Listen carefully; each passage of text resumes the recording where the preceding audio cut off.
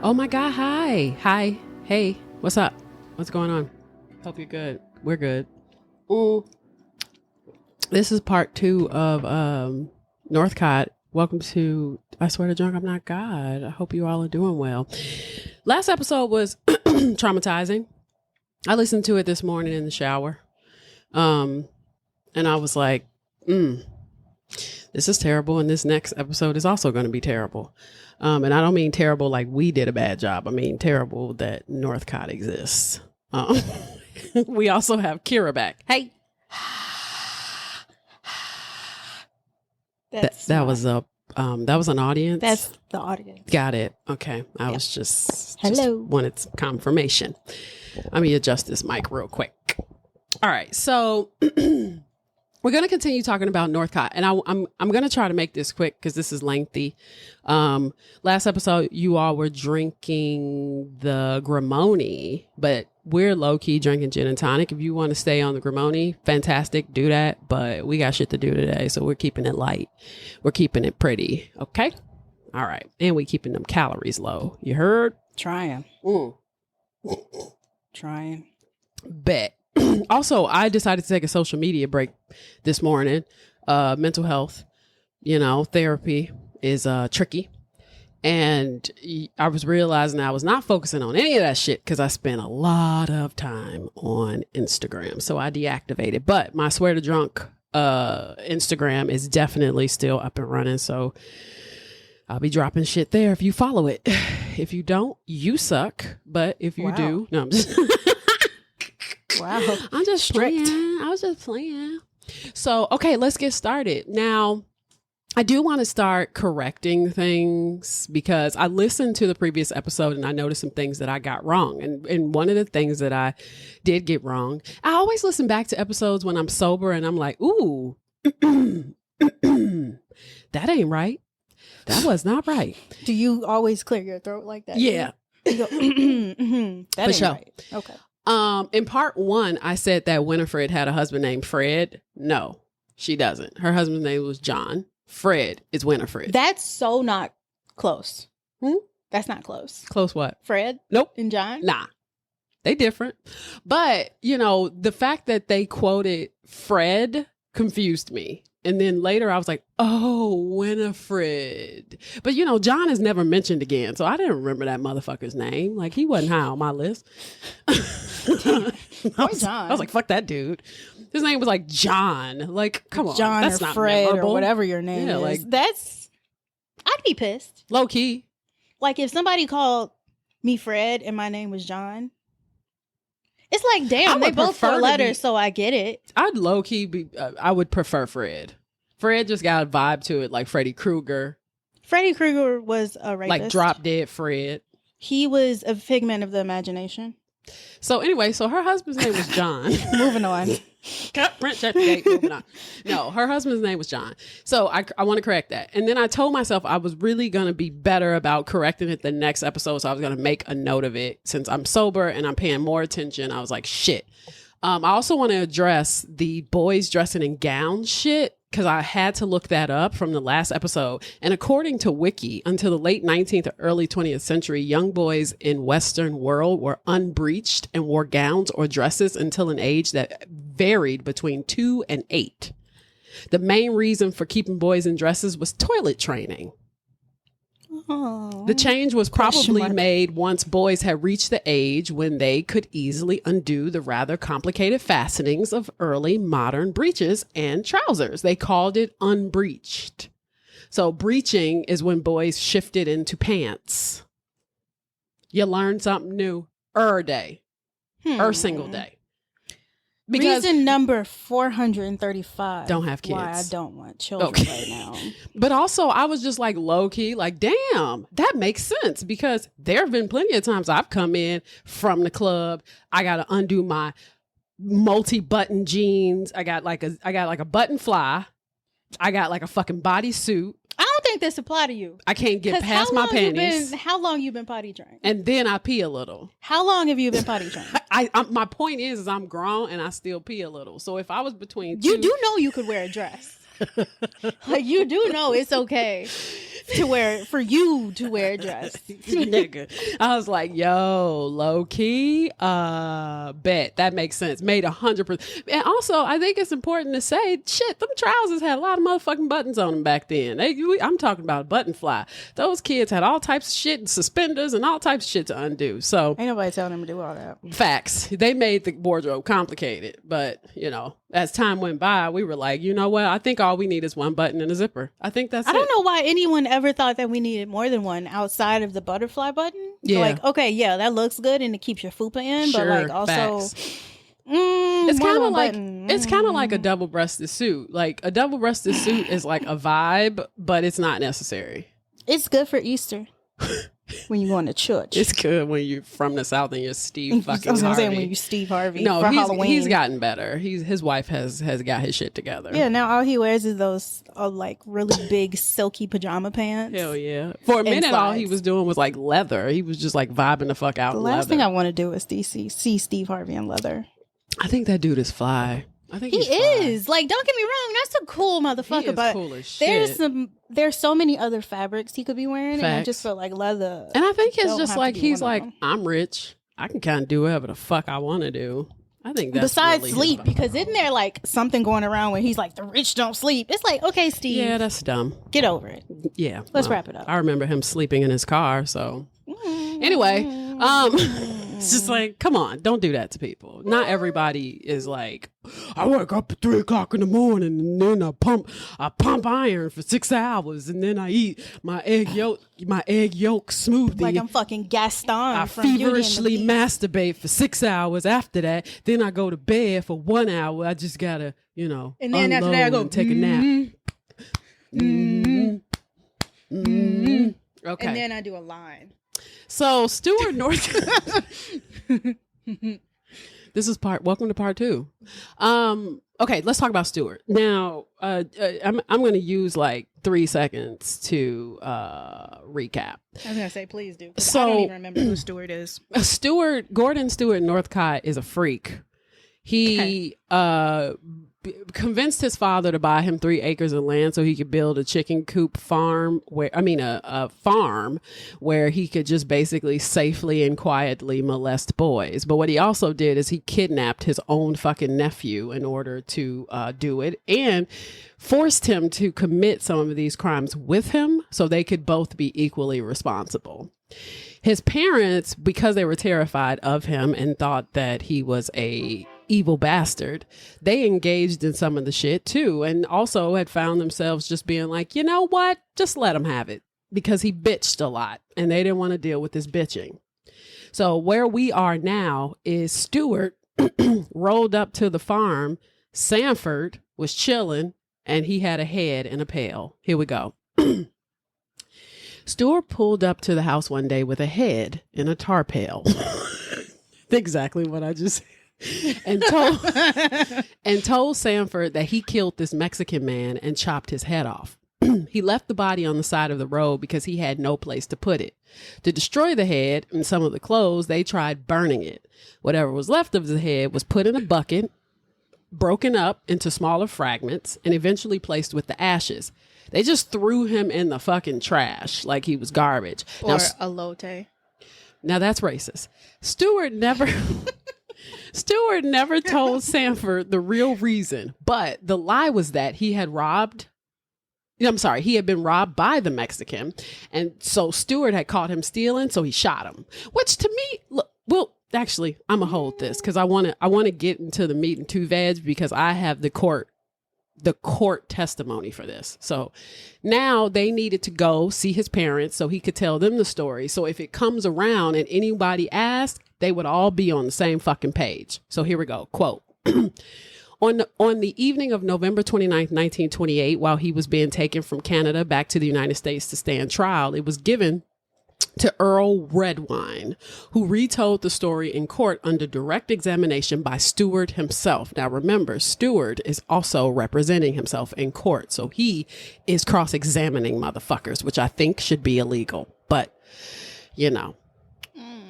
it bears quoting in full. The defendant stated to me that he drove the Mexican to his ranch in his Buick automobile at 1:30 p.m. on February 1st. He stated that he cooked dinner and asked the Mexican if he had had dinner.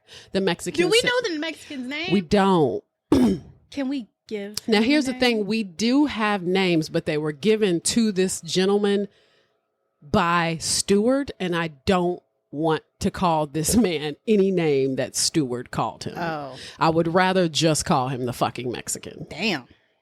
Because fuck Stewart. That's harsh. You know what I mean? Like, intense. what we do know is that he's Mexican. What we don't know is what the fuck his name is. And the last thing I want to do is be like, well, Stewart called him Gonzalez. Fuck Stewart. Yeah, because he's a piece of shit. A piece of shit. And he was racist. And then, first of all, who knows if this man was actually Mexican? Now, it was California, so it was likely he was Mexican, but he could have been Native American. He could have been a bunch of shit. He could have been Cuban. Sure could have. That's not Mexican. He could have been Puerto Rican, goddammit. And that's he not been Mexican anything. either. No. That's crazy. But regardless, I would prefer to just call him the Mexican. This is also a direct quote. So the Mexican said yes. He was like, but he wasn't hungry. Defendant stated that he had stopped at Norco on the way to the ranch and had bought some chicken feed and thought maybe that the Mexican had gotten something to eat in Norco while he was getting the chicken feed. A little later on, during the meal, the defendant asked if he wanted some dessert, and the Mexican said he did, and the defendant gave him a cup of tea and some tapioca pudding. Ugh. Gross. Following the meal, the defendant went outside to take a look at his baby chicks. After the meal, the defendant said he went to look after the baby chicks and left Sanford Clark in the house with this Mexican. Sanford was to wash the dishes and clean up. The defendant had only been outside for a few minutes when Sanford Clark come running to him and told him that the Mexican was prowling around the house and was in the bedroom. The defendant came into the house with Sanford. On his way, he told Sanford to go around to the front door and watch, and that he, the defendant, would go in the back door. The .22 rifle was leaning up against the side of the house, and the defendant said that Sanford Clark grabbed the rifle as he started to run around the house to the front door. At the same time, the defendant was going in at the back door. He stated that Sanford ran around the house and was just going to the corner of the house, and he saw him work the breech of the rifle, throwing the cartridge into the chamber. The defendant went into the back door and into the kitchen and looked through the door leading from the kitchen into the front bedroom and saw this Mexican in the main room. There was a dresser there where the defendant had left his pocketbook on top of the dresser. And as he looked in that room, he saw the Mexican there with his pocketbook in one hand and the money in the other. Okay, pause. Mm-hmm. Does this make you think about Signs when they ran around the house and they're like trying to chase down the alien? And then you skip to the end. Oh. And then the alien is standing in the living room. Oh, facts. You mean at the end? Yeah.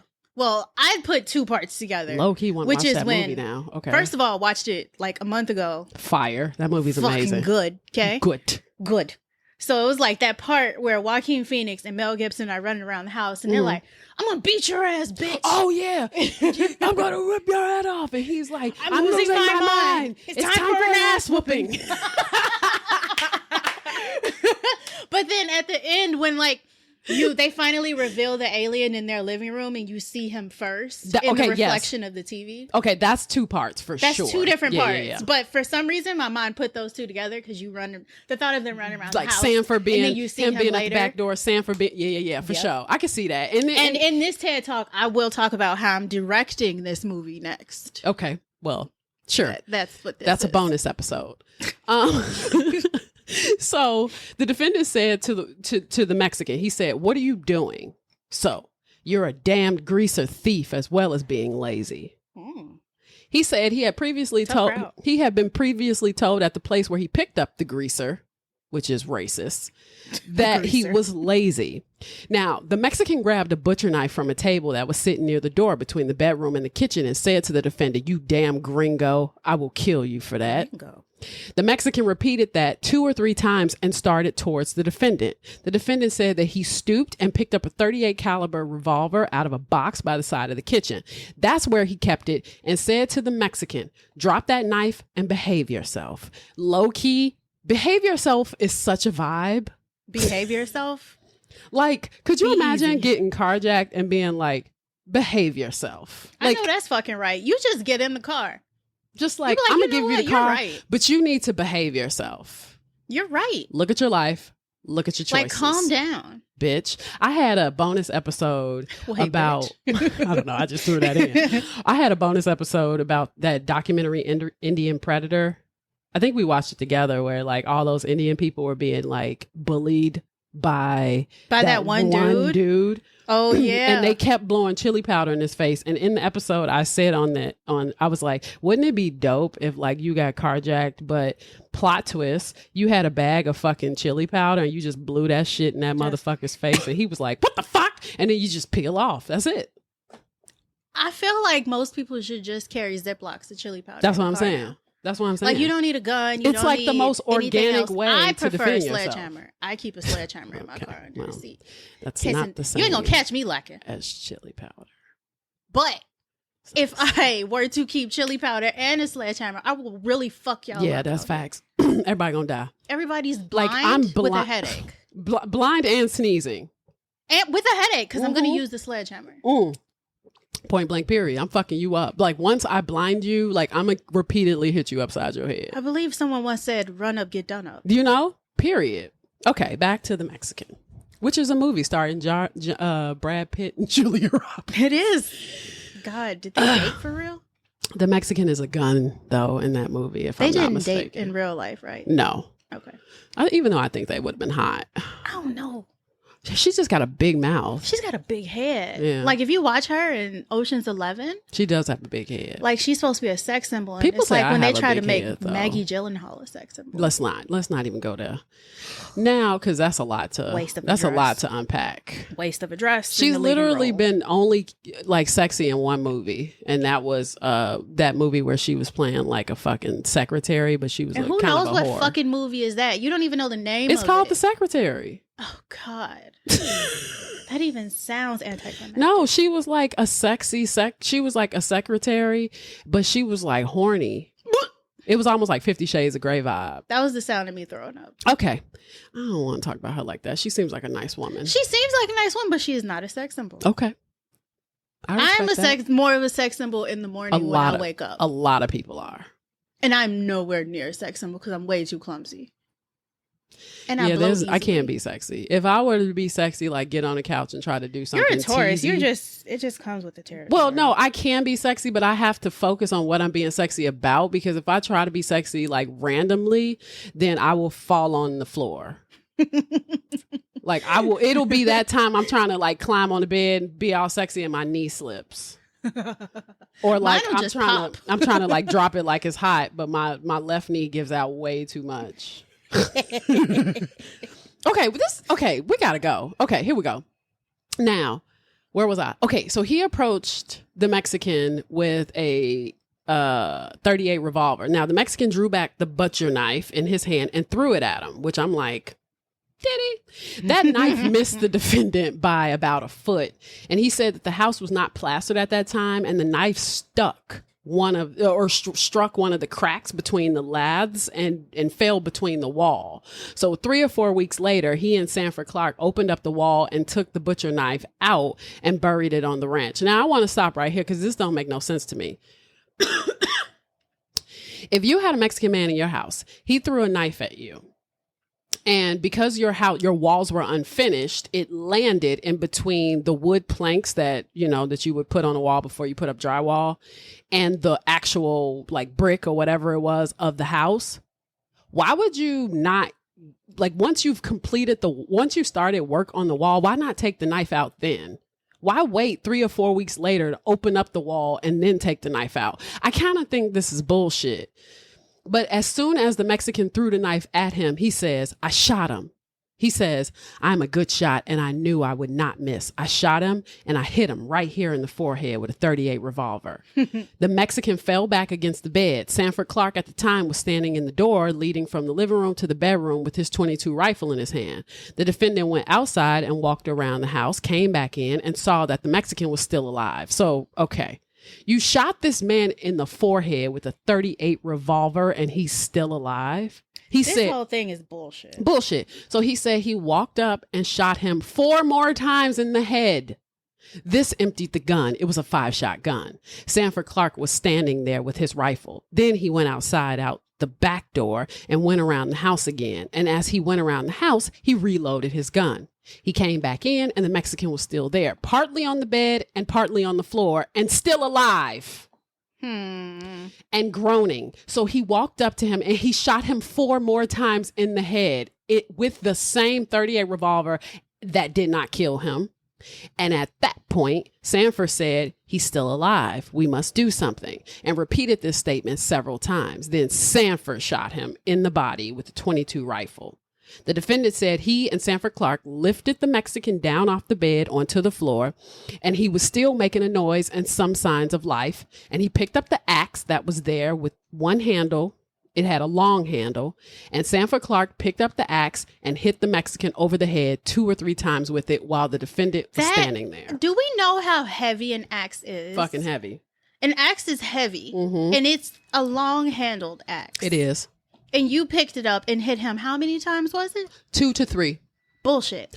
Exactly. Oh, mind you, the Mexican was still groaning. This is a resilient-ass Mexican. So the defendant stepped over and turned on the radio to drown out the noise.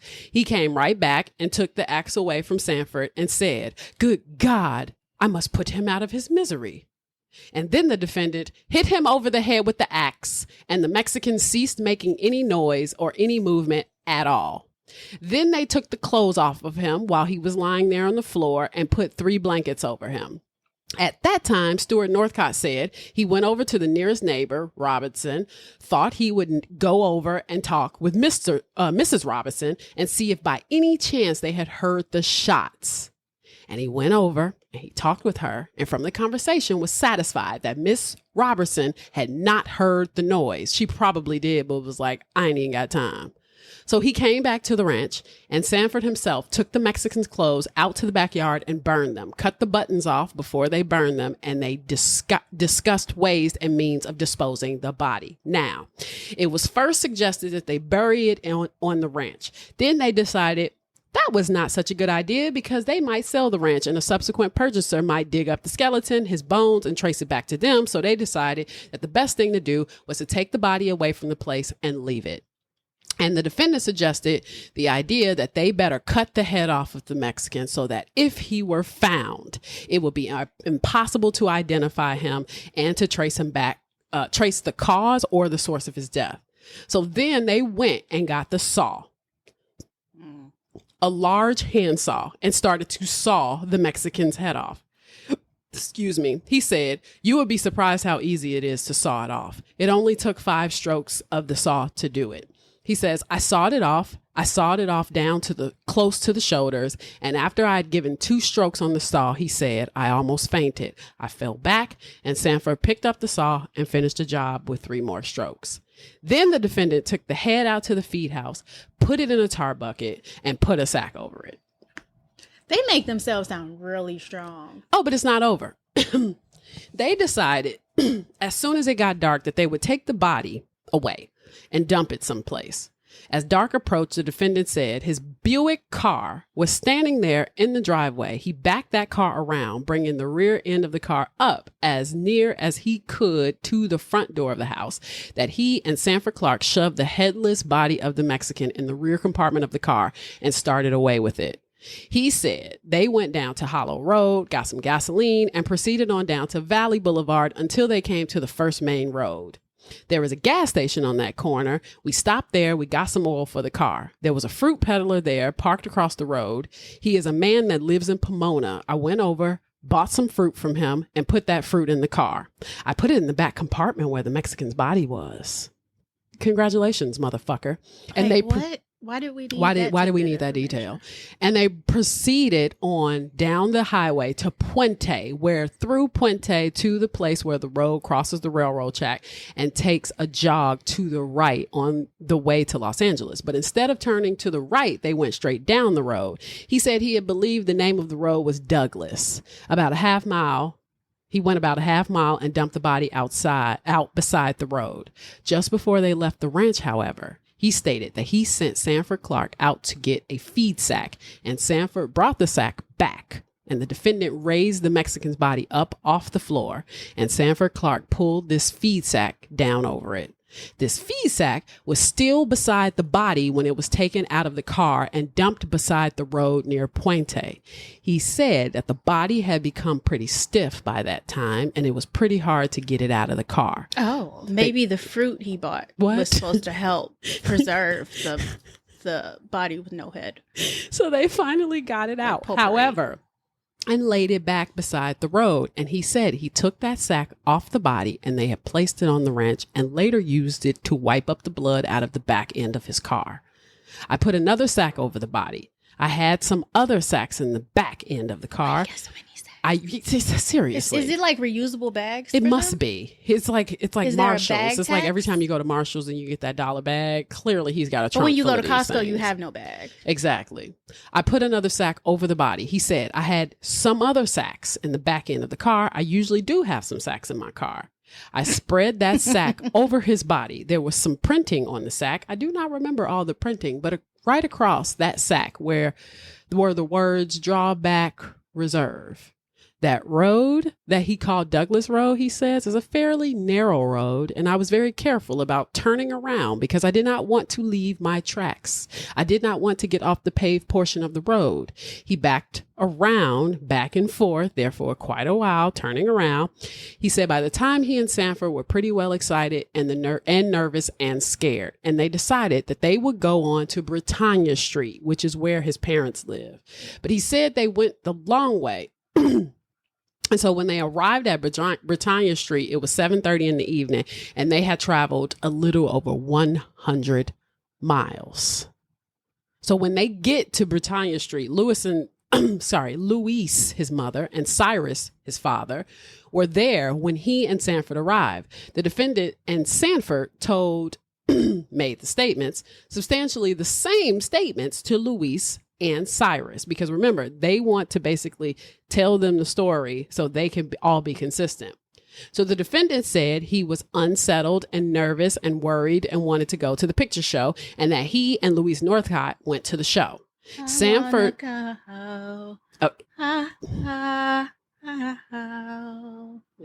That happened. To the late night double feature picture show by RKO. Okay. I'm glad that happened. After the show was over, Louise Northcott and the defendant returned to Britannia Street house and picked up Sanford Clark and went on back to the ranch. When they arrived at the ranch, it was late at night. The defendant went out to the feed house and got the Mexican's head out of the tar bucket and buried it. He said he used a post-hole digger to dig the holes in which to bury the head. But he said he was not satisfied with with the disposition of the head, and during the next 2 or 3 days, he dug the head up and reburied it 3 or 4 more times in different places around the ranch. When the defendant and Louise Northcott stopped at Britannia Street home on the way from the show and picked up Sanford Clark, the defendant said he told his father, Cyrus Northcott, that his mother was going out to the ranch with him that night and for him to come out the next morning to bring her back, and that there was some sort of epidemic amongst the chickens. Some of them were sick, and he asked Cyrus Northcott to bring out a couple of cans of lye. The following day, about noon, Cyrus Northcott arrived, and the defendant said he brought out the 2 cans of lye that he had purchased them at Safeway store, and that the day Louise Northcott used the lye to clean up the blood on the floor of the bedroom, he said that Cyrus Northcott told her that she should use cold water. I believe he said, if you use hot water, it would set the blood, and that is true. I know that personally. You never use hot water on blood. We're talking about periods, not murder. Okay. So Cyrus Northcott and Louise Northcott returned to Los Angeles shortly after lunch that day, about 2:00. And on the 3rd day after the Mexican had been killed, the defendant said that he dug up the head and tried to burn it. A human head is the hardest thing on earth to destroy. You cannot hardly burn it at all. We burned it all afternoon there in the yard, but it would not burn up. When we finally took it out of the fire, it seemed like it had something like soft rubber inside of it, which Ew. I'm like, the brain? Like, did you empty the organs before you No, burned he it? didn't do shit. He said he hit it with an axe 2 or 3 times, but it just rolled around. It would not break up. And that night, he and Sanford took the remains of the head, took it out to the desert about 20 miles beyond Victorville, and buried it in the sand. He said that the head stayed there until about August 26th, when he took an empty lime barrel out, dug up the head, and put it in a lime barrel, and then reburied the lime barrel with the head in it. This is dumb. It's a lot of fucking work. I Like, will tell you why that. are y'all doing so much? So later, a neighbor would find the body of the Mexican male. I mean, literally. They did all that and still found the body. Literally 24 hours later. Okay, sorry, technical difficulties. So the later, like 24 hours later, they would find the body of a Mexican male between 16 and 18. He was found nude. He had no identifying marks. The body was found in a roadside ditch and was covered by a sack from the shoulders down. He was 5'6", around 140 pounds. Not bad. Pretty small. Further examination, this is a quote, further examination showed a gunshot wound entering the front of the right chest at a point in and 1/2 inches below the right shoulder level and 3 1/2 inches to the right of the median line. The course of this wound was to the left, backward, and slightly upward. It had passed through the right lung, the middle and lower lobes of the right lung. It passed through the intervertebral disc between the 6th and 7th vertebra, therefore passing behind the heart. It had passed through the left lung to a space between the 5th and 6th ribs and was located under the skin at a point under the left chest on the back, a point 6 1/2 inches below the left shoulder level, and 4 1/2 inches to the left of the back median line. The body had been decapitated by incision, passing through the intervertebral disc between the 5th and 6th cervical vertebra, the cervical vertebra being the vertebra of the neck. The cuts were fairly clean. The skin was unbruised. From appearance, it had been done post-mortem, the decapitation. The stomach, upon examination, was normal in appearance and contained a small amount of custard or tapioca light custard. Oh, God. Exactly what Stewart claimed to have fed the Mexican shortly before he was killed. Now, the general physical condition was good. From the findings, death was due to gunshot wound of the thorax. Death, he added, had taken place within 24 hours before the body was found. The .22 caliber bullet that killed the anonymous Mexican had been fired from a distance of about 2 or 3 feet, but the wound had not been immediately fatal. Death had come in about 25 to 30 minutes from a hemorrhage as a result of a lacerated lung tissue. Oh, that sucks. Girl. He didn't even die. He bled to death. He basically choked on his own blood. Oh, God. The doctor also made an external examination of the victim's rectum, but saw nothing abnormal. He concluded that the youth had not been sodomized. Now, the death doesn't fit his MO. He didn't rape him. He was much older than Stewart liked. And he used a gun instead of an axe and then dumped the body in the ditch. So it's likely to me that Stewart fucked around and found out with this one. Even though he claimed that he knew too much, quote unquote, later on while in prison, Stewart would claim that he managed a child prostitution sex ring, which was likely not true, but, oddly possible. Now, with this Mexican, in my opinion, I think that maybe he tried the Mexican dude and the Mexican dude was like, are you fucking kidding me? And then, because Northcott is a brat, he took it personally, or the Mexican did actually try to rob him. I think both of those are possible. Why was he at your ranch is the better question. He was trying to pretend like he was, I was offering him pudding. And one thing that they said was they were like, the pudding was actually something that Luis made, not Northcott. So the matter, like, did he kill him on the farm or did he kill him at Luis's house? Like, how did he get pudding? How did he get pudding? Mm-hmm. That is the true question. Mm-hmm. How did he get pudding? How he get pudding? So a month later, on March 10th, 1928, Walter Collins disappeared from in front of his home while his mother was at work. His father was in prison. So he was home alone. Walter was 9. He was wearing a brown and red and black lumber jacket and brown corduroy trousers, black Oxfords, and a gray cap. Okay, a fit. I mean, literally. I know that's right. She reported him missing on March 15th, which I'm like, 5 days later, Interesting. And a nationwide search was conducted. Now, again, Walter Collins is the subject of the movie Changeling that I mentioned several times already. And you see there's a movie called The Changeling. Now. Yeah, The Changeling is the one with... Not to be confused. Yeah, it's the one with old boy in it from... Lakeith. Who? It's got Lakeith in it, don't it? The Changeling? Oh, I'm talking about the one from the 70s. No, there's another one now, apparently. I don't know if it's the same It's probably concept. a remake. I don't know if it's a remake or not. There is one from back in the day, starring, is it old boy from the old white dude from, what's from the show that you watch? What? The one about the family? No, I'm sorry. The Changeling had George C. Scott in it from A Christmas Carol. Oh, the dude that played Ebenezer, my favorite Christmas Carol. It's a 70s. The movie came out in the 80s, but it's a psychological thriller. It's really fun. I watched it not too long ago. Yeah, I watched it not too long ago. It was on Shudder. Now, Stewart took Walter back to the ranch and kept him in the hen house located next to the feed shed. He was kept there for about a week while Stewart had his way with him. Louise, I keep calling this bitch Louis.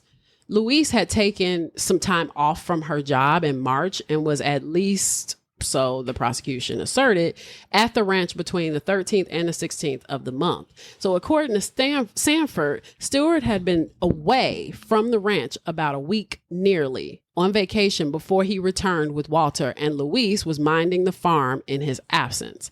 Sanford said that if Louise was who decided that Walter had, it was Louise that decided that Walter had to die.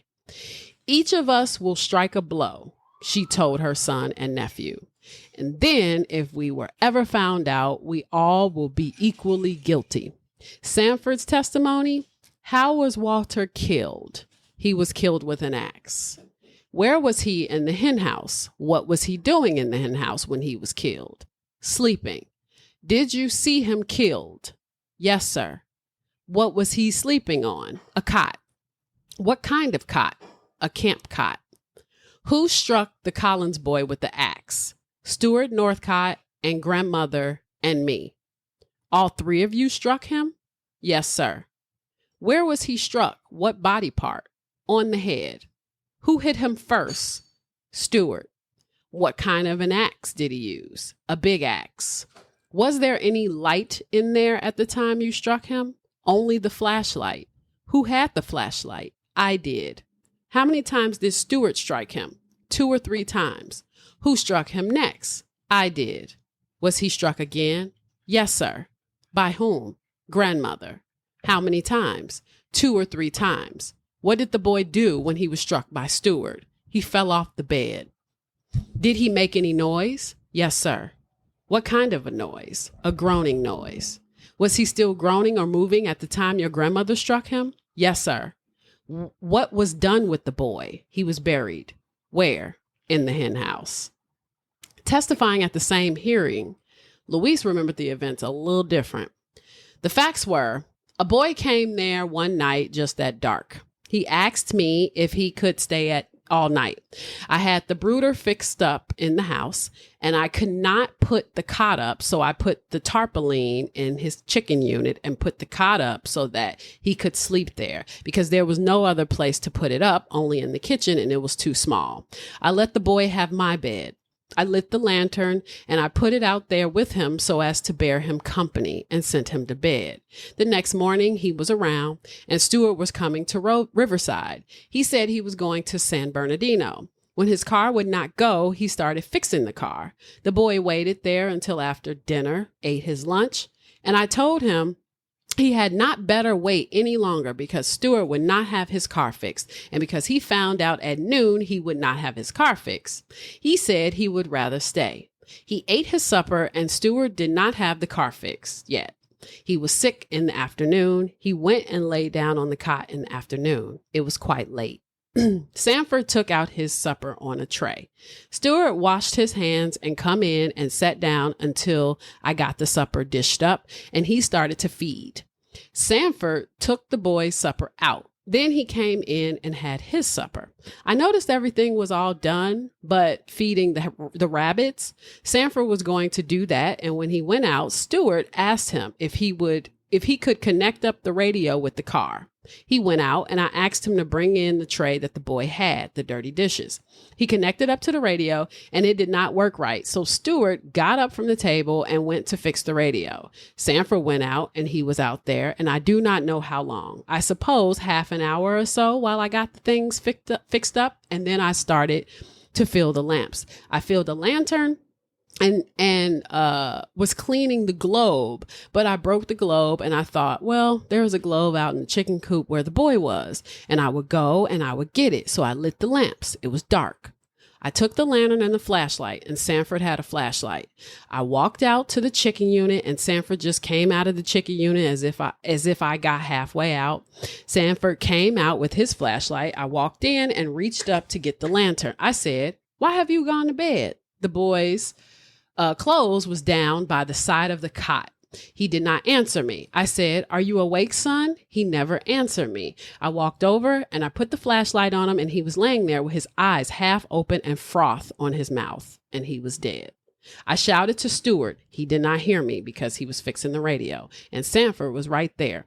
As soon as I saw it, he came in and I said, "There is something wrong with this boy. He is dead." I shouted to Sanford to tell Stewart, so he came running out. I did not know what to do. It was the first time I was ever with death like that. But to touch the boy, I never touched the boy. I never harmed the boy in any way, and I would never hit anybody with an axe. If I did go to do anything, I would have done it with a gun. I know that's right. No. He said, "I don't have No, time that's not for a he. this ex." That's his fucking mother. Oh, that's his. That's even Luis's better. mom. She said, "I don't have time for this ex." No, but she's lying. She's lying. That's what's so bull. She was like, "I never touched any boy." Sanford said flat out. Who hit, the prosecutor asked, "Who hit him first?" Stewart. How many times he hit him? 2 to 3 times. Who hit him next? I did. How many times you hit him? 2 times. Whatever he said. Who hit him after you hit him? Was he still alive? Yes, he was. Who hit him after that? Grandmother did. Oh. How many times did she hit him? 2 or 3 times. Then this bitch get on the stand. She started talking about something totally different. Talking about she went into the fucking hen house. First of all, why you ain't got no questions of why your son got this boy in no fucking barn? You questioning? You not questioning the right shit. My question is, excuse me, son, why is there a fucking 9-year-old in the barn? And she's like, "Well, I went out there and he was frothing at the mouth." Now, mind you, I believe if her story is remotely true, I can see her finding him dead and them both taking turns chopping up his body. If that's what Sanford meant. But why was he frothing at the mouth? Now, we'll talk about this a little bit. What fucking Northcott used to do is he would basically waterboard them with ether. So, and sometimes what he would do is make them drink it. Honestly, I'd take that over the damn seriously, tapioca. like I would 100% rather be dead. So I think what probably happens, maybe she fed him some shit that had ether in it. Maybe they made him drink something that had ether in it and he ended up poisoned. That's what I think. If she's telling the truth, that could have been the case. But Luis is also a fucking liar. Well, even if that's the case, then that means he still didn't die after he was poisoned. No, because, well, she claims that he was frothing at the mouth and she realized that he was dead. I think possibly, you know, if Sanford is telling, what Sanford said was Walter was killed with an axe. That's what Sanford said. Now, it could be possible that Sanford had the information wrong and that Walter Collins was already dead. But and they decided to chop him up and they all took turns. I thought that when they looked at his body, they saw that he wasn't dead for 30 minutes after his head had been chopped off. You're talking about the Mexican. Wait, who the fuck We're talking about Walter Collins. Oh, God. Walter Collins is the boy from the Changeling. Oh. Walter I'm Collins. Still stuck on the Mexican. No, the Mexican was like 20. He was like 18, 19 years old. Walter was 9. Oh. So Walter Collins, the boy in the brown lumberjacket and the corduroys, that's Walter Collins. Oh. So he is the one. She went to go make drinks. She a little confused. Yeah. So Walter Collins went missing, but now this boy is sitting in a fucking chicken coop. Oh. With, being fed and sleeping and all types of shit, just spending the night at these people's houses. But then when Sanford was on the stand and the attorney asked him, well, how was Walter killed? Sanford said, with an axe. Now, the question is whether or not Sanford knew that Walter was already dead when they started killing him. Because I think if Louise is right and she found him frothing at the mouth, what she says she did was that she yelled out to Stewart and she said, oh shit, he's dead. So maybe Stewart, doing what he usually does, decided to chop him up. And then by the time it was Sanford's turn, maybe Sanford didn't know that he was already dead. I don't know. But then what's weird, in Sanford's testimony, Sanford says that he was still alive because he said, well, what noise did he make? And Sanford says he groaned. If Walter Collins was already dead, he wouldn't have groaned. Yeah. Unless he was actively dying. You know what I'm saying? Like maybe they started hitting him when he was actively dying. I don't know. But I will say this. Louise admitted, I'm going to tell you, my mind has been off going so much, which don't make no sense. She's basically saying that I've been losing my mind for a while. What I have been told with what I have said that I cannot think. So she's so confused that she don't even know how to think. My mind does not function, but that is right. What Mr. Sweeters, which was the Riverside County Sheriff, and Mr. Redwine said, that is the way I found the boy with his head crushed in. That's not the same story. Mm-hmm. So they said, did you do anything to him when you found him that way? I think that, yes, I did. I took the axe and I hit him on the temple and finished him up to keep him out of his suffering. He was alive at the time, was he? Yes, sir, alive. And that is all. She's lying. Louise was apparently a sick bitch. And she and Stewart would constantly retract their statements. They would constantly change their stories. Stewart later said that Walter had to die because he saw him kill a man. Supposedly, quote, Stewart had made friends with a miner in Saugus and one occasion witnessed another miner holding up his friend. And so Stewart shot the miner and Walter witnessed it. So Walter had to die. And when Stewart asked his nephew in court, because again, Stewart is attorney, when he asked his nephew in court if he believed the story, Sanford replies, I don't know if I did or not. You never spoke about a minor before. He's like, I don't know this one. You ain't give me this script. Somebody needs to talk. You ain't give me this revision. Somebody missed a meeting at some point. Like no one was there when they decided to make all of this shit up. No. So apparently there was a cabin in Mint Canyon that Stewart rented in late March that was near a mine. The same mine Stewart claimed to have killed a man in, but they found no evidence of the murder. What they did find was boys' shoes, a pair partially burned, and a pair that was partially burned, and a well that had been filled in, as well as a bed with the straw removed. And they realized that the straw had been burned in the stove, which reeks of Stewart Northcott. Now, this cabin he rented under the name of Stuart Gordon, and he had told the renter that he was a writer for 2 well-known magazines and an international press agency. He is not.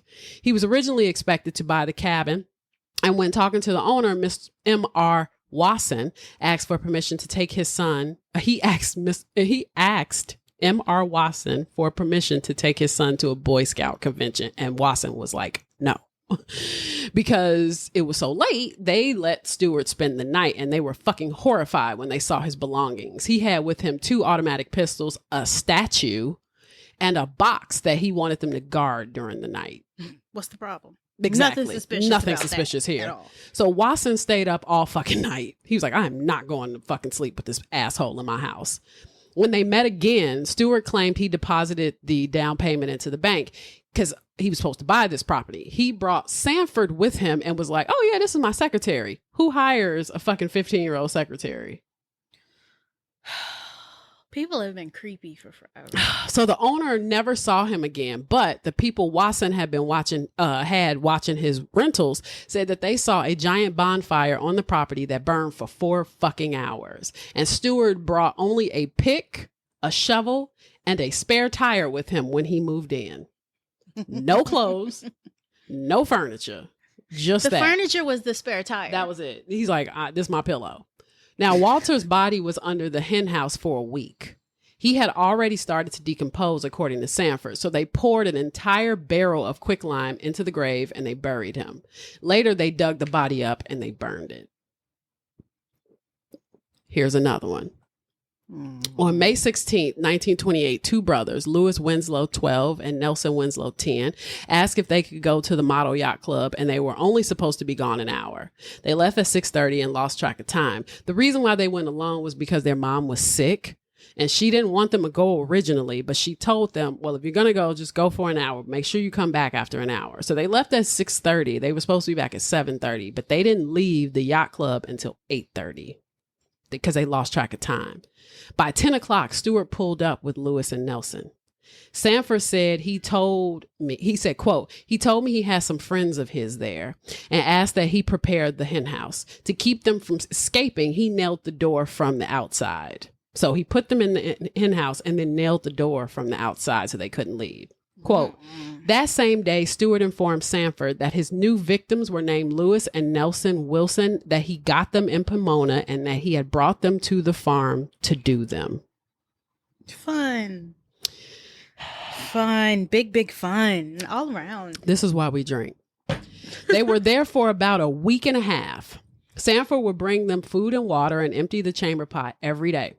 The boys would draw and play cards, just to pass the time. And in the evening, Stewart would let them out. Now, George and Louise didn't visit the ranch at this time because Stewart had told them that he had some people out there. He made it seem like he had fucking visitors. It's like, dude, nigga, you ain't got no friends.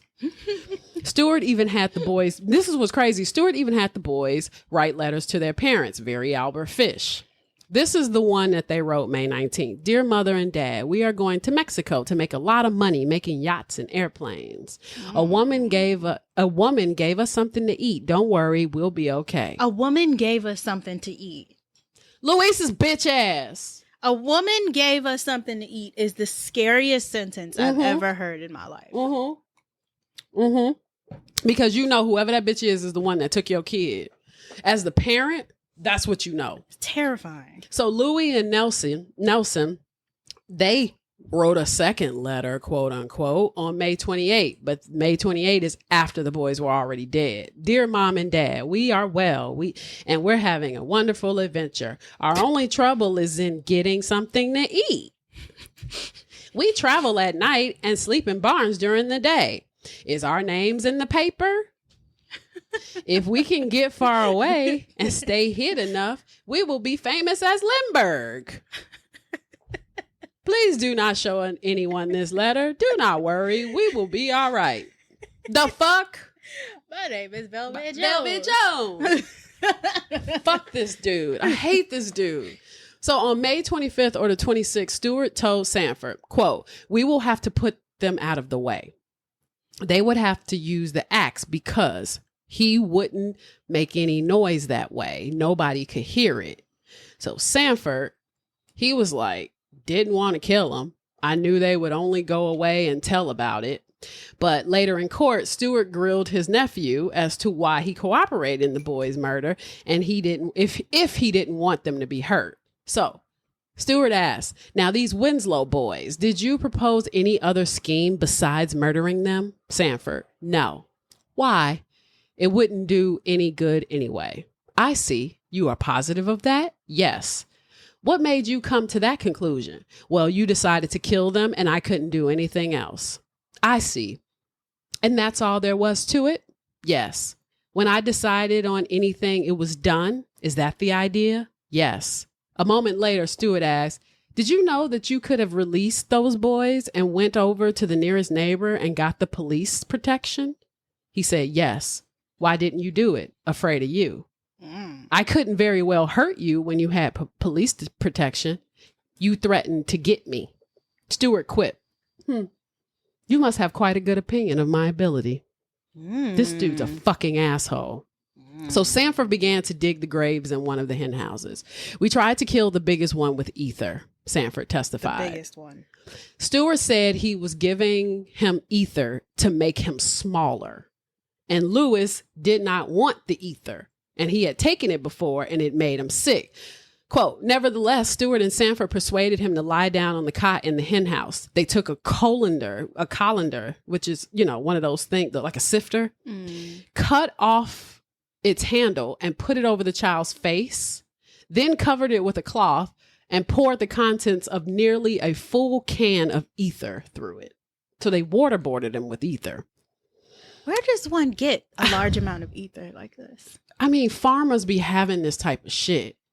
That's the crazy part. They be having chemicals and all that type of shit. So it's not suspecting. And this is one of the reasons why I think he wanted this farm, because he knew I can have all that type of shit around.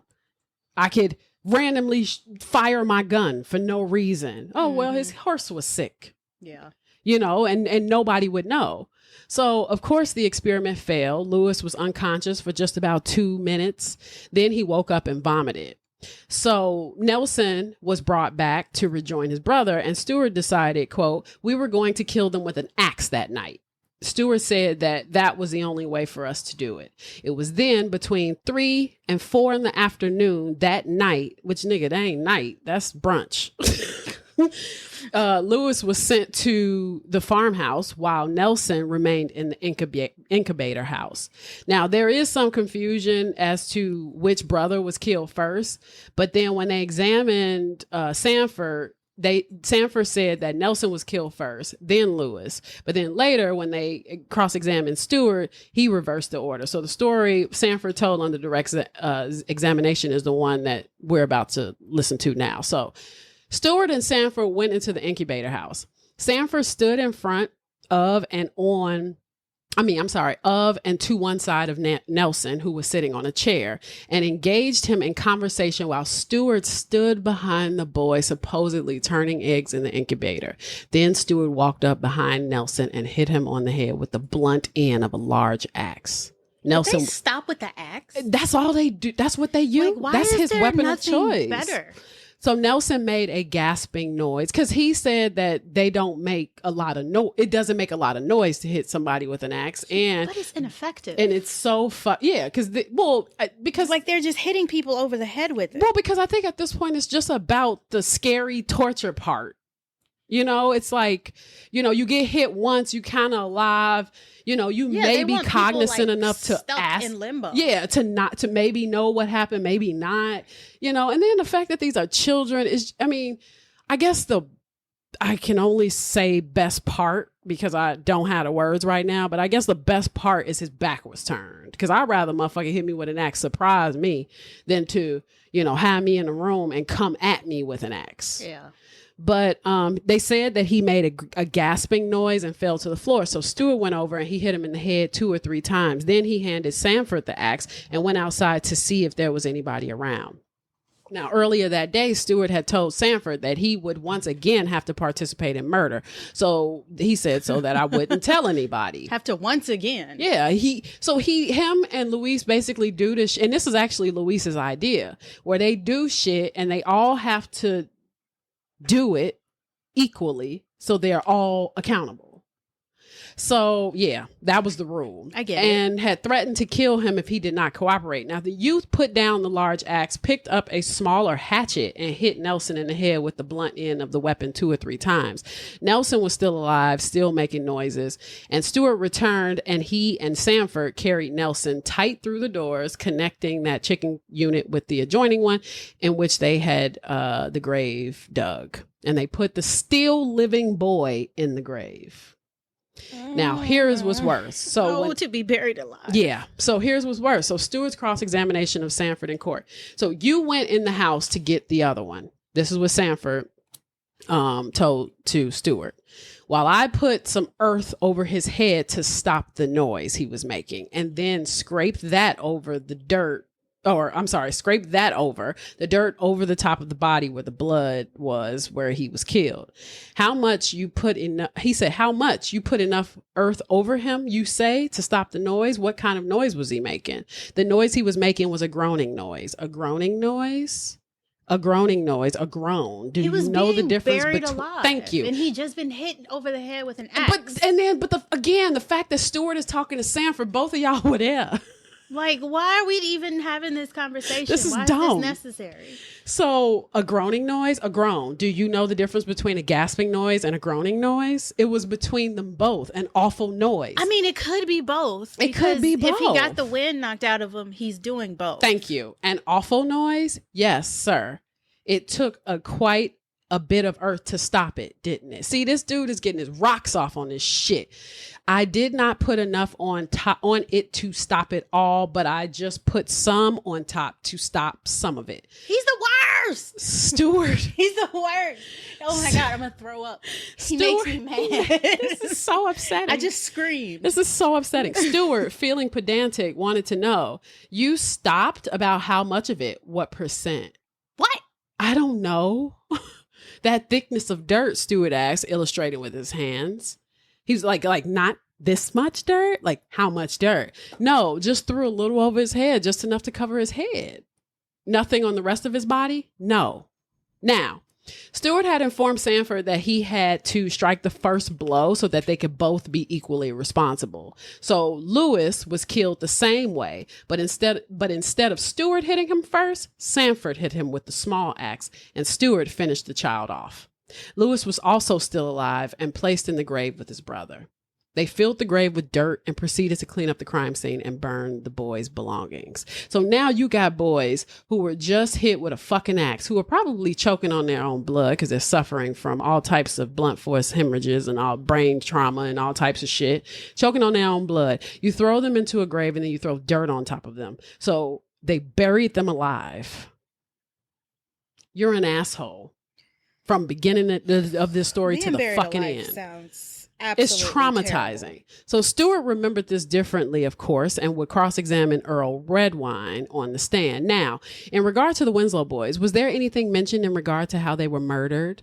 Oh, Redwine said, you said Sanford Clark killed the little Winslow boy. You said that Sanford Clark had abused him and that in so doing, he had hurt the boy. The boy was crying. You said he cried for an hour and you tried to quiet him down, but you could not. And so finally, Sanford killed him. Then after the little boy was killed, you kept his body in the house. You said for, I believe, about 3 days.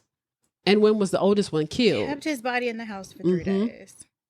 And when was the oldest one killed? After about 3 days after the first one, he became uneasy and you could not quiet him down any longer because he wanted to know what had happened to his brother. And he became unruly and you finally killed him. Stewart would also give a confession of Walter's death at this time. He said you liked Walter Collins the best of all. You liked him because he had such a cute, coarse little voice. The way he talked, he was very fond of flowers. You said he was on the cot at night, he was in bed, and that you took one of those things you strain strawberries through, those are the words you used, and placed it upside down over his nose, his face, and put a cloth over that, and then spilt ether on that cloth. You said just as Walter Collins was getting under the influence of this ether, you said he used those words, "Oh, Gordon." And you said, "How do you feel, Walter?" And in that cute little voice, he said, "Fine and dandy." And just then I shot him.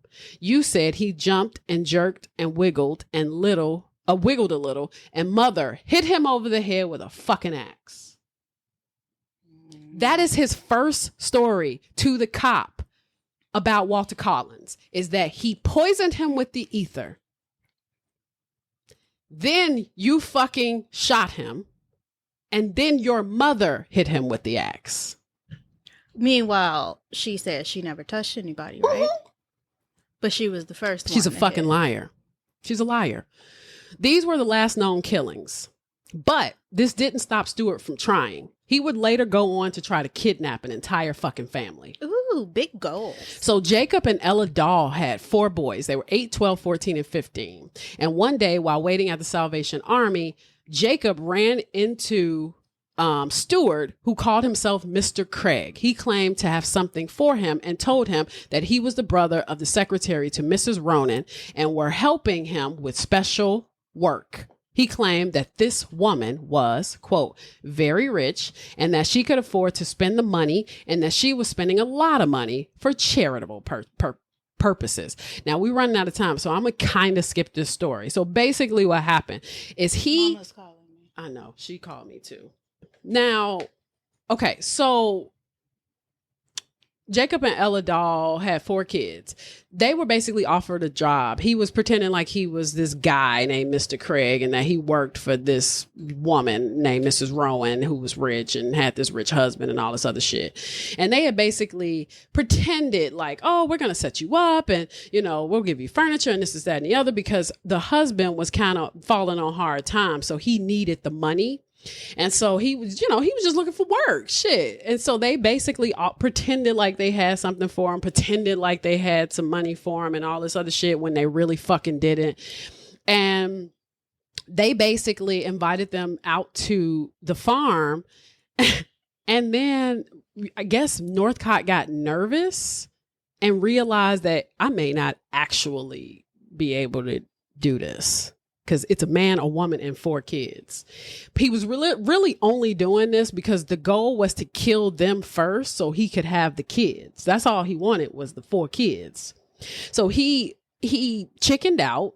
And then later, mind you, Luis is involved in all of this too. She's got her own little pseudonym. She's acting like she works with him. They're going through all of this shit to make it seem like, oh yeah, we got this job and this woman, she just needs some extra help. And her husband, she's newly widowed and all that bullshit when they were completely and totally lying. And so when he chickens out, he basically decides to spare them. And Luis and Sanford go back to her home and, you know, Stewart is like, you know, call them and basically tell them that the job is not happening. So now these people who have been preparing to make money is very similar to Albert Fish because it's kind of like, oh, I was looking for a job and I was planning on doing this and doing that. And, you know, now you got to call them and be like, actually, none of that's happening. You know, these people were like preparing to work, you know, believing what these people were saying and shit. And it was 100% bullshit. So she basically says that Mrs. Rowan's husband died in Europe, so they no longer need to hire anybody. So we're good. Interesting. And the woman was like, the fuck? Like they thought something was weird because when she said, the mother, Mrs. Dahl, when she got out to the farm, she was like, I'm trying to figure out why Sanford is looking at me like this. Cause Sanford was low key looking at her like, this is bullshit. Well, you should probably run. She was like, Sanford, she tried to talk to him once or twice and he was just not with it. He was just not interested in talking to her. You know, he was kind of like reserved and scared and he was just like, you know, she's like, oh, come sit with me. And he was like, nope. Mm-mm. Well, she's clearly nuts. Mm-mm. No, Mrs. Dahl. Oh. Mrs. Dahl, the people who were there for the job, like he was trying to clue them in on what was going to happen next. Like, yo, believe this if you want to, but you ain't walking off this farm alive. Eek. So that's basically the story. And there was a lot of shit extra. It was just a lot of minutia. So you ain't even really need it. But that was his attempt to kill 4 children by kidnapping an entire family. It's kind of like very ambitious. Why go to this extent? The great lengths. Why go to this when you could literally just not do it? Because I think it's just the arrogance. I think it's the arrogance. It's that Leopold and Lowe shit that I told you about before, where you think like, oh, can I commit? Can I pull this off? I think that's is it worth it? It's not. Definitely not. Like in this case, there's nothing about it that seems rewarding to me. There's nothing about it that's worth it. No. I mean, it's worth it to a freak who wants 4 boys all at once. Well, I mean, if that is ultimately your goal, yeah, that's going to be worth it. By 1928, George's brother, who is Northcott's father's brother, so Northcott's uncle. He would die in prison. Why was he in prison, you asking? He killed a woman during a botched abortion. And then freaked, because he was a doctor. He was a reputable doctor. And then he freaked out and dumped her body in a ravine. At the same time, Why? exactly. This family going through some shit. At the same time, Sanford's family is getting very suspicious and starting to realize that Sanford's letters may be phony. Maybe. They're like, Sanford hadn't seen his family in 2 fucking years. But then this is where the shoe drops. Jessie comes to town. Jessie is a badass bitch. So Jessie is Sanford's sister. Okay. Winifred is her mother. Okay. So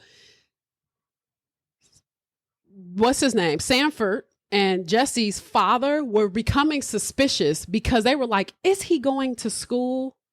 So they sent the father. This is what's confusing to me too. The father sent the sister down to the fucking farm. Why you ain't go? Because he's scared too. He a pussy. She got there on July 26th, and Stewart and Jessie never liked each other. Like, Jessie tried already to beat the shit out of Stewart when they were little. She couldn't fucking stand him. She was like, he's a nut. And then he would claim that she had no character. Because, you know, fucking Stewart tries to act like he an uppity bitch when really that's the thing. And he's gay too. So he has like that flamboyant bullshit where he's just like, I'm better than you. Fuck Jessie. But he claimed that Jessie had no character. And when she got there, no one greeted her. So she arrives. There's no one there. She had to get a car for herself. Now she had to call her own lift. She had to call her own lift. She had to take a car to the farm. And then she had to look through the city directory to even find out where the fuck the farm was. Embarrassing. So but actually she gets to her grandmother's house. And you know, because she's like, okay, well, I'll stop there first. And because you remember back then, traveling used to take forever. So, you know, you would kind of get to one point, then get to the next point, and then get to the other one. But then when she finally saw Stewart, Stewart was like, oh, it's you. He was like, I thought it was mother. I thought it was your mother. He thought it was going to be Winifred.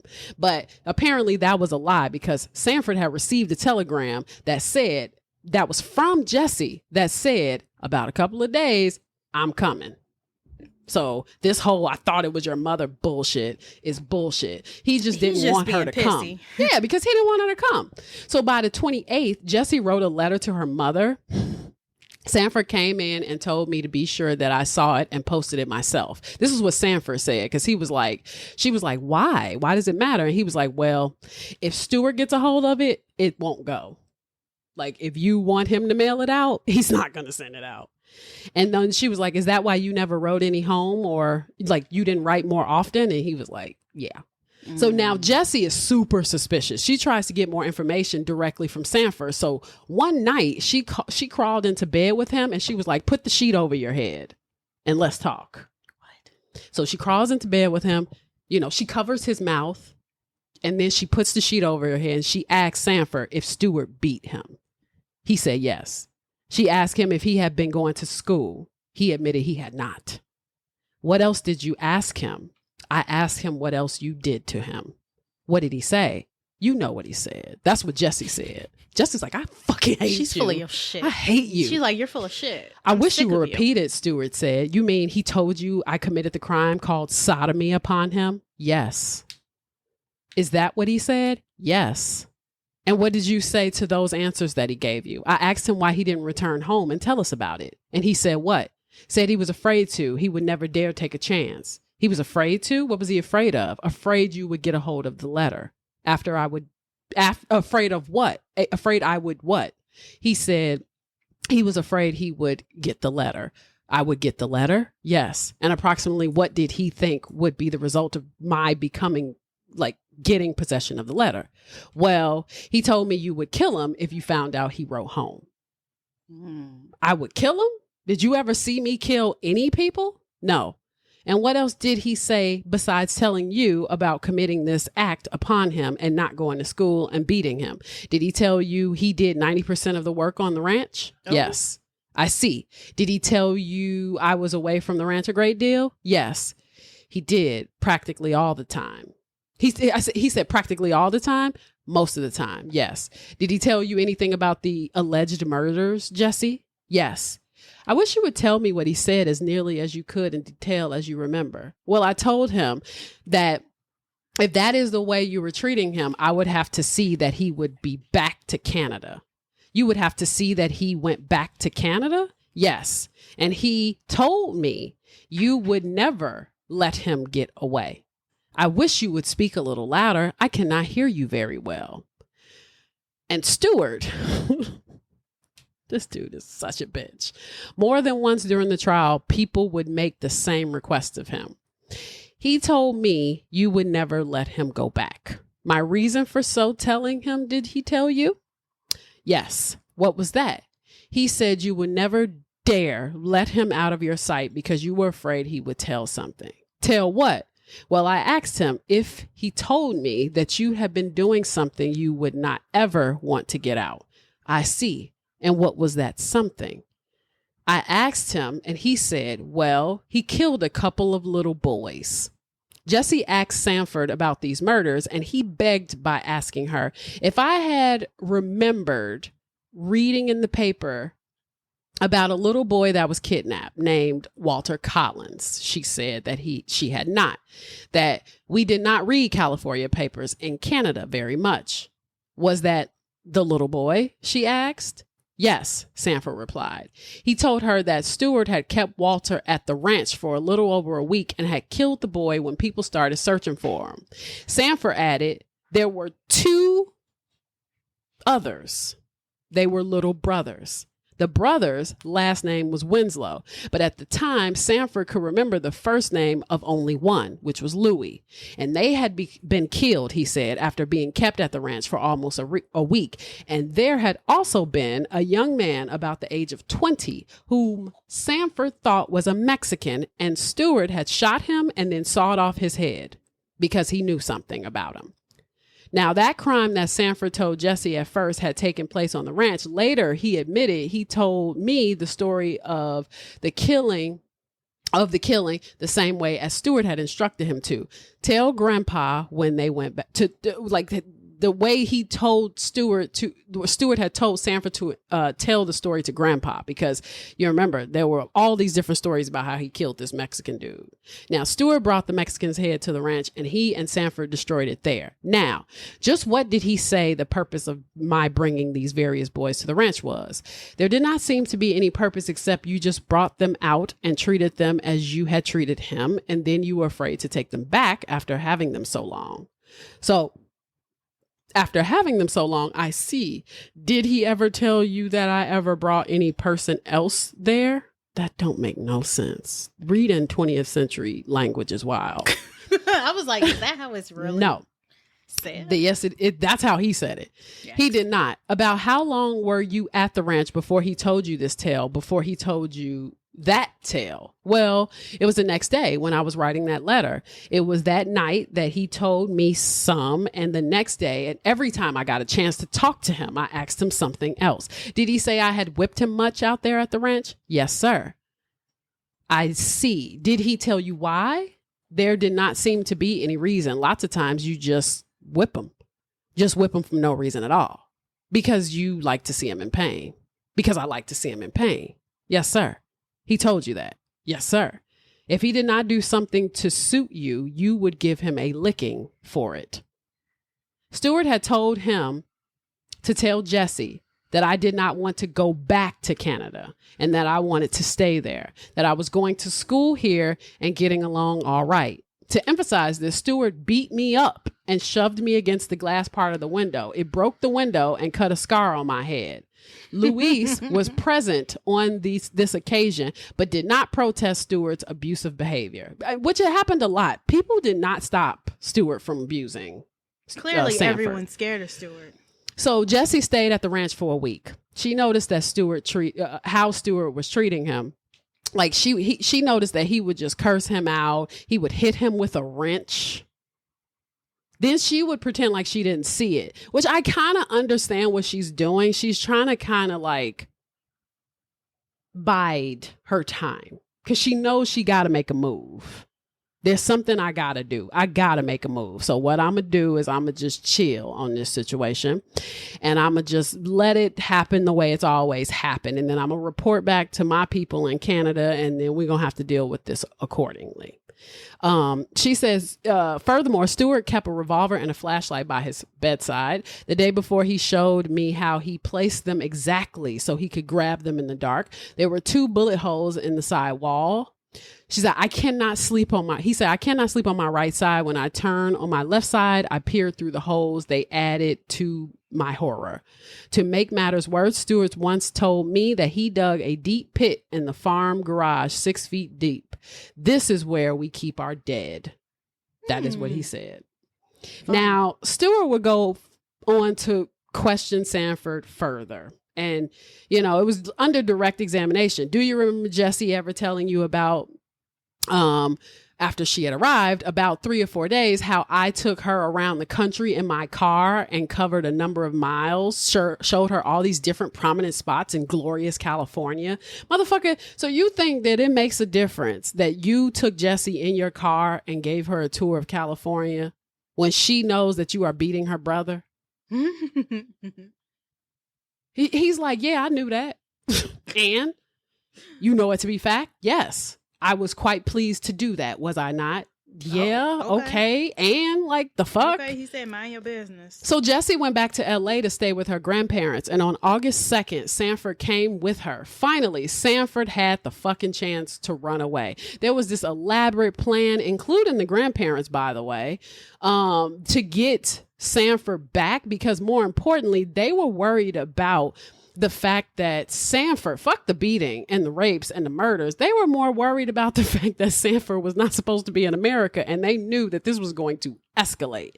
So now they're just like trying to circumvent the law. Okay, well, this is what we should do. We should do this and we should do that just so we can get Sanford back to, you know, to Canada without getting Stewart in trouble. That was kind of the goal. That's what they were trying to do. But then at some point, Jessie was like, fuck all of that shit. Now, she does go back to Canada, which I thought was weird. She basically leaves. She arranges for Sanford to be in like a different place. Like, he eventually like kind of runs away. And then like, he ends up in the custody of the police when immigration finds out the story, because they're like, yo, what's this word about this kid that's supposed to be in Canada that's in California and all these murders on this farm? Yikes. So they planned all of this shit. She returns to Vancouver on August 21st and receives a telegram. I'm coming to Canada in 6 weeks, and I'll bring Sanford with me. 10 more days of preparation and anxious waiting. In the meantime, Jessie had gone to the American consul in Vancouver and made an affidavit complaint and a formal statement in which she stated that Stewart had smuggled Sanford into the United States illegally, and that Stewart had mistreated Sanford, that Sanford's life was in danger, and that Stewart had committed a series of murders at his Wineville fucking ranch. Damn. Thank God for Jessie. Damn. On August 30th, according to Detective Lieutenant Chester A. Lloyd of the Los Angeles Police Department, we received a telegram from Canada requesting us to locate one Gordon Stewart Northcott, who had smuggled in a Sanford Clark illegally across the Canadian border. After investigation and running down many addresses, we located where he was supposed to live on Britannia Street. After talking to Mrs. Northcott, he informed us on a ranch near Norco with your nephew. We made a report to the immigration authorities at Los Angeles. Now, when the police finally headed to the ranch, Stewart saw them and fled. Because he's a bitch. He ran off into the field where he was going. Where he was going, they really didn't know. But by 2 p.m. that afternoon, why does motherfucker show up at an attorney's office to hire a lawyer? So the lawyer could ask the men at his ranch why they're there. Meanwhile, the cops were searching the whole fucking area for Stewart and couldn't find him, so they took Sanford to LA and put him in juvie. At the attorney's office, the attorney noticed that Sanford would not sit down. He walked up and down the room, offered to pay offered to pay me a sum of $25 if I would go out and ascertain what documents the men at the ranch had. I'm sorry, I had to think about Sanford, what year Stewart. this was. Yeah, I was like $25. Yeah, exactly. Sorry, Stewart went to the attorney's office and asked and offered the attorney $25 to figure out what documents the men at the ranch had. He was dressed in his work clothes. He said, my recollection is that he had no hat, no cap, nothing covering his head, and was much agitated and excited. So Stewart would eventually flee to Canada. The immigration authorities had given him the information that the only way that they could get Sanford was to be up to Canada when he was deported, that the immigration authorities would have to deport him. And then Stewart wanted Sanford. He wanted him as a companion and was lost without him. And he went up there so as to be there when he was deported. But earlier when he was asked by authorities whether Stewart left the country to escape the responsibility for his acts on the ranch rather than the purpose of legally bringing Sanford back to the United States, he admitted, yes, I was actually trying to flee because I fucked up and killed a bunch of kids on my ranch. My bad. Now, made a huge mistake. Now, in late August, Louise had quit her job at the hospital to head to Canada. She was like, I'm out. She told George that she would write him under the pseudonym of Mrs. F.W. Hudson so they could not know where she was. While in Vancouver in early September, Stewart ran into Jesse. And believe it or not, they grabbed a cup of fucking coffee. Okay. Jesse was playing a really interesting game. I'm like, what is she with doing pissing around here? with this nigga? So Stewart questioned his niece about this incident under oath, and she remembered. She said, well, you informed me that Sanford had been taken by juvenile authorities, that the immigration authorities had picked him up, and you wanted to know where and when I was going to meet him. And you wanted to know if I had a letter from Mama. And I told you that I had not any idea of meeting him, that I knew nothing about it, and it was the first time that I knew that they had picked him up. So you proposed the idea that I write to Mama and have her come to Vancouver, and when I did not like the idea, you dropped it. Well, Sanford is down there with the authorities, and you know what that means. That's what Stewart told her. Of course, it does not make any difference because my skirts are clear. This is what he claimed. He said, everything has been destroyed. It will just be your poor grandmother and Sanford that will pay the price for everything. Wow.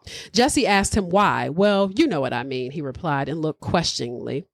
He said Jesse shook her head as much as to say he did not know. So it's like, why are you now you trying to act off, you trying to act all gangster. Like, yeah, well, I'm going to get off anyway, so it's fine.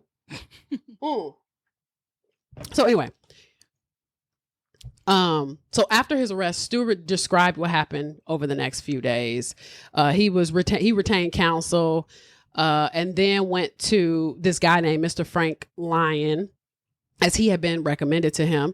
And it was not anxiety about the murder charges that led him to seek out the attorney, but to obtain legal protection in the case of the immigration law. He was more concerned about the immigration law.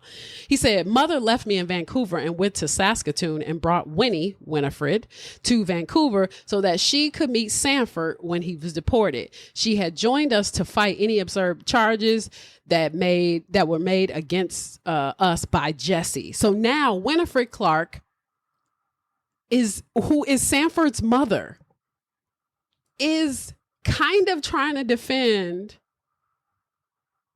Stewart against her own children, which tells me that Winifred Clark is also insane. I'm sick of all of them. All of them. So just before Mother and Winnie arrived in Vancouver on September 14th, I picked up a newspaper and read the terrible charges against me and how the police were seeking the bodies of my supposed victims on the ranch.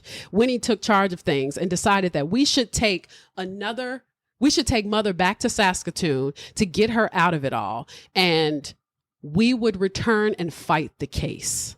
It was Winnie who bought the car in which we drove away. Meanwhile, in LA, Sanford was able to identify Walter Collins out of 30 pictures. Because it'd been nationwide search for Walter Collins. Excuse me. Now,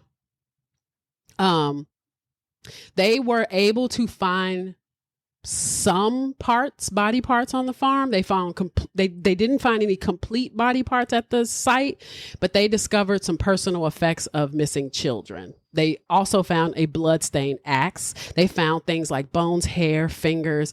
3 of the victims that were buried in lime near the chicken house at the Northcott Ranch in Wineville. Wineville eventually changed their name to Miraloma in 1930. They were like, this is too much fucking publicity. We ain't got no time. Sanford Clark returned to Saskatchewan. Canadian police arrested Northcott and his mother on September 19, 1928 due to errors in their extradition paperwork. They were not returned to Los Angeles until November 30th. They went through trial. And Sarah Louise Northcott initially confessed to the murders, including the 9-year-old Walter Collins. She, of course, changed her statements a bunch of times. And Gordon also confessed to killing 5 boys. Jesus. Yeah. Now, upon her return to Canada, she pled guilty to Walter Collins' murder. Stewart did not get tried for Walter Collins' murder. Sarah got sentenced to life in prison on December 31st, 1928. They spared her execution because she was a woman. Oh. But she served, she served her sentence at Tehachapi, I don't know how to pronounce that all, state prison, and she was paroled after 12 years. That whole time better than life or death. Exactly. Now that whole fucking time she was making all these bizarre ass claims about whether or not, Gordon was her son, that he was a result of incest between her husband and her daughter. Oh, whatever. She said that that as a child Gordon was sexually abused by the entire family. She then said that he was also the illegitimate son of an English nobleman, which I'm like, shut the fuck I can't trust anything anyone says. I hate your face. On February 8th, 1929, a 27-day trial, the judge in Riverside County in California the trial had finally ended, and he was convicted of murders of the unidentified Mexican boy and of the brothers, Lewis and Nelson Wilson, who were 12 and 10. The brothers had been reported missing from Pomona in May, but it was believed that Gordon had as many as 20 victims, and the jury that heard that he had kidnapped, molested, tortured, killed, and dismembered boys through 1928. And then on February 13, 1929, he was sentenced to be hanged. The sentence was carried out on October 2nd, 1930. The rope failed, so he basically strangled to death for 13 minutes. Oh, good. And he screamed right before he was hanged, a prayer. He said, please say a prayer for me. For what? Fuck him. And then his mother subsequently died in prison. Oh, good. So everyone died. Everyone's dead for sure immediately. Now. For sure now. Mm-hmm. But everyone died. A very terrible death. So that's good. Yeah. So that is the story of the Wineville chicken coop. Too many murders. Fucking people involved. Yeah. I mean, and there was so much other detail, but it's just like after I got through Louis and his brother's murders, I was like, I can't read no more. But basically they only know of Walter Collins, the brothers, and the Mexican. So that's what he was tried for. But because of all the bodies that they found on the farm, they assumed that there had to be more. Well, yeah, I'm sure. Yeah. So. Happy Thursday. Hey, y'all. Hope you enjoyed it. Is it Thursday? It is Thursday. Okay. Hope you enjoyed it. I don't know. You probably did. You probably didn't. I say listen to part 1 again, then listen to part 2. This one's kind of all over the place with some technical difficulties, but whatever. I'm posted anyway. It's called organic. We're gonna call that organic. So, but yeah, I hope you be good to each other. You probably won't, because this place fucking sucks. The aliens at some point are gonna wipe us the fuck out and start over. I can only hope. And enjoy your weekend. Be safe. Or don't. Hopefully Chicago, it looks like the sun came out. Hopefully Chicago gets its shit together. We've been experiencing, summers that aren't summer. So probably not because it's Chicago. Exactly. So, all right, guys. Bye, y'all. We'll see y'all in 2 weeks.